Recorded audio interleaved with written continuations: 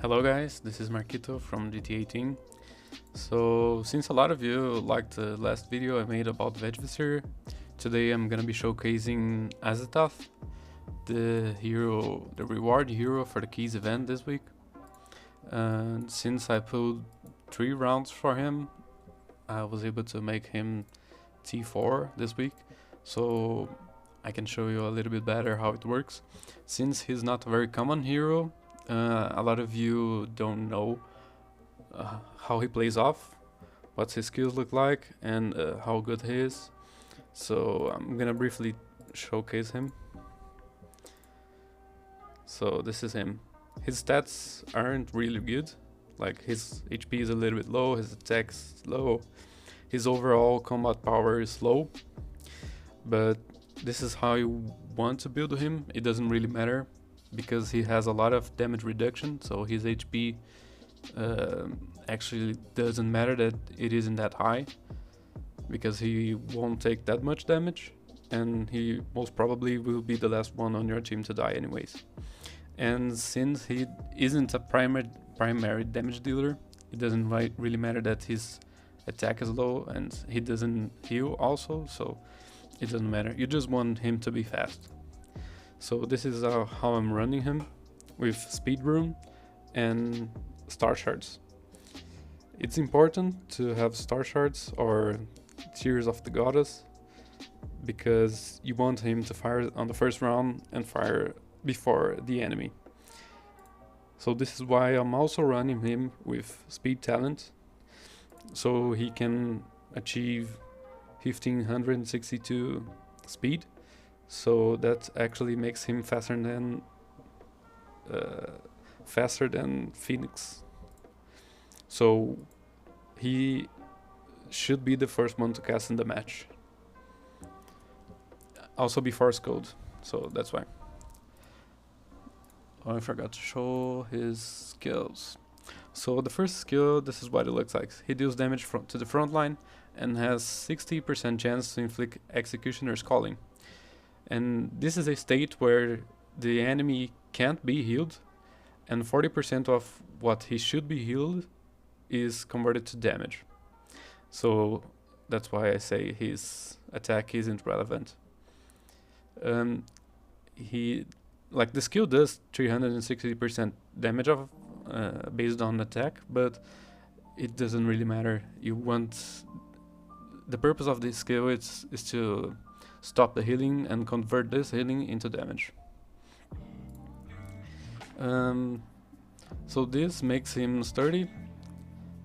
He gets damage reduction for every ally in the field. He also gets an attack bonus, but as I mentioned, his damage is high, but it doesn't really matter. And for each alive enemy, increase all allies' skill damage. So this is huge, because at the start of the match, if the enemy most probably will have 6 enemies, so that's 48% skill damage bonus to your team. So that helps quite a lot. This one doesn't change as much. He just cleans his health when he basic attacks and increase the self-healing, so that's good, but nothing much. And this one is good.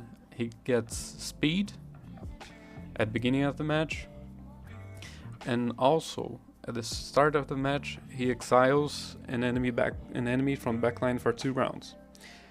And this enemy doesn't take damage, doesn't do damage. It's almost like he didn't exist for 2 rounds, and this is pretty big, because if you're fighting someone, it's pretty with no bubble. Yeah, I forgot to mention that if the enemy has the 3rd talent from Heaven and Hell, that the bubbles that when entering the combat resist 1 control effect, it does resist Azathoth exile.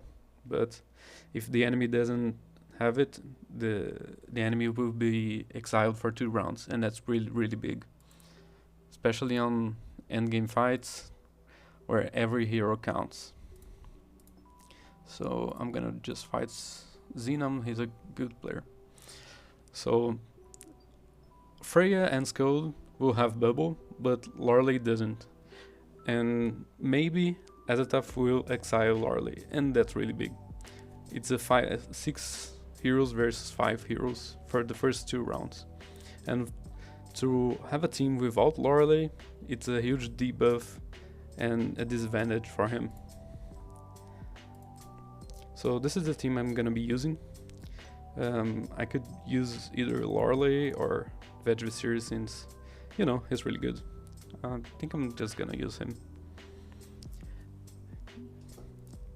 And since Azathoth is really tanky, he could be used as front line or as a tank or either the back line. And here you can see he applied the effect to Valkyrie and Phoenix. And also because of this, Phoenix won't revive. The only revive that gets activated is Skuld or Themis. So if the enemy is affected by the Executioner's Calling, a Phoenix, Monkey King or Mars that have their own self-revives, they won't be revived. On this match, Phoenix just got revived because Skuld revived him.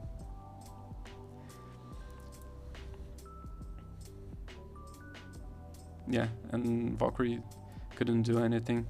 As you can see, Skuld's heal was really low because Azathoth applied the Executioner's Calling to the front row. So this 500,000 healing was just for the backline heroes. And this is basically the amount of healing that Azathoth could deny from the enemy team.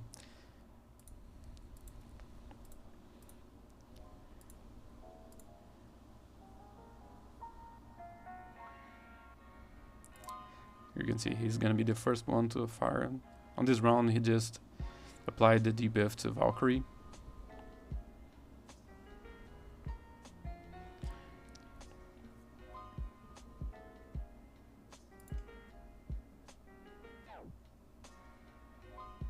Now he fired again, so Aegina also has the debuff, so she won't be healed.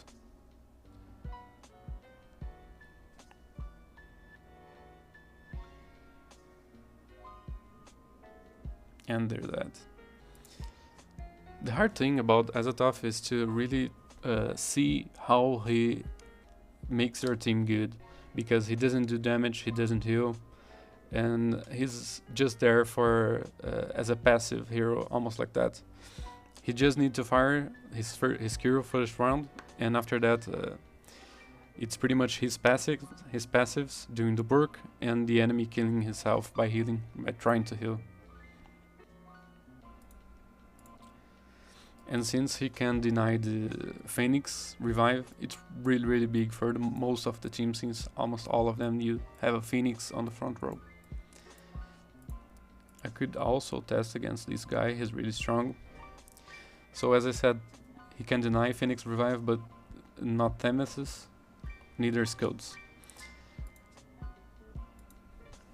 So if by some reason some of them die first, some of these 5 die first, Phoenix won't get revived if he has the Executioner's Calling. So here, if you saw it, when Skuld tried to heal him, they did damage to themselves instead of healing. And now Phoenix just revived because he was actually the first one to die. But since the revive was already used, their team is gone. So it's as simple as that.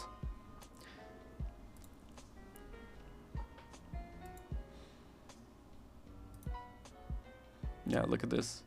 He doesn't even do damage on his active skill. This is almost all from healing that he could deny, that goes to him as a damage status. And if you'll see, his skirt didn't do nothing. His Skuld was unable to heal that much. For example, my Skuld healed 3 times more. And this is what his healing should look like a million more, but Azathoth denied most of it. So overall, he's really strong hero. On the end game, you really want him on your team. I think I mentioned on the video before, he should be part of a really strong team that I was fighting against some people on the team arena.